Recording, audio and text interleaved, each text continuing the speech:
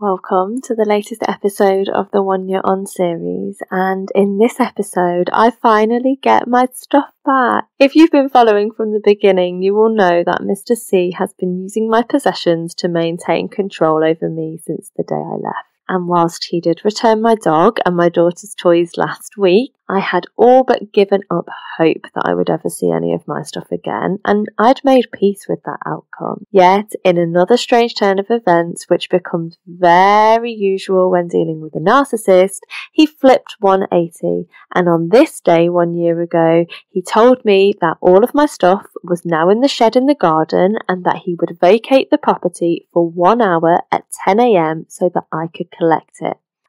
Obviously he was still very much trying to call all of the shots, but I was now all too aware of just how much power and control went to inform this man's sense of self-worth, and I wasn't about to waste my energy trying to explain how inconsiderate his terms were of the fact that I had only got one small-sized vehicle to collect everything in and that I'd need the help of my parents to carry it all since I was pregnant.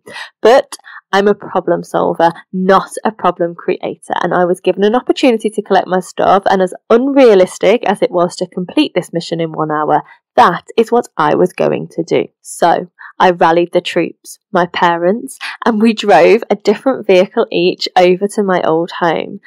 What Mr. C hadn't considered when he set such strict parameters and an impossible time limit was that he was actually doing me a huge favour, because I was so focused on getting in and out before he inevitably returned to the property at 11 a.m. on the dot to begin accusing me of not following his rules and trespassing, that I had absolutely no time to get emotional about any of this.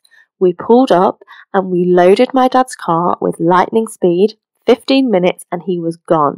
It was a 30-minute round trip back to my parents, where my sister was waiting to unload the car as quickly as possible so that if we couldn't fit everything else in the other two vehicles, then my dad would be back with 10 minutes to reload. Then, once he had gone, my mum and I continued loading the other cars. All the while I was checking the boxes and the bags and mentally checking everything off my list. I hadn't seen the photo album I thought the ultrasound picture of my eldest daughter was in, and this was one of the things that I wanted the most, so we kept loading and I kept on checking through. The time was ticking by and the cars weren't as full as I thought they would be, and it was looking like we were going to get it all in and my dad wouldn't be needed for the return leg. The shed was almost empty and I still couldn't find this photo album. I thought that I was going to have forfeit it. It was just going to be the price I would pay for the rest of my things. And then I decided to look in one of the drawers in the shed.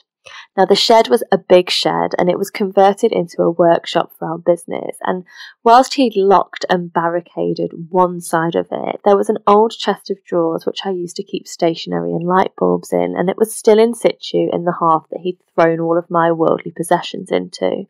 Now, I don't know why, but I looked in the drawer and there on the top was the photo album I was looking for. I don't ever remember putting it there. I guess it was just one of his sick games to test if I'd look, or to taunt me with it being in the same room and me not taking it. But I had looked and I had my photo and I didn't care what he thought, because I knew that now I could do what I had wanted to do for weeks.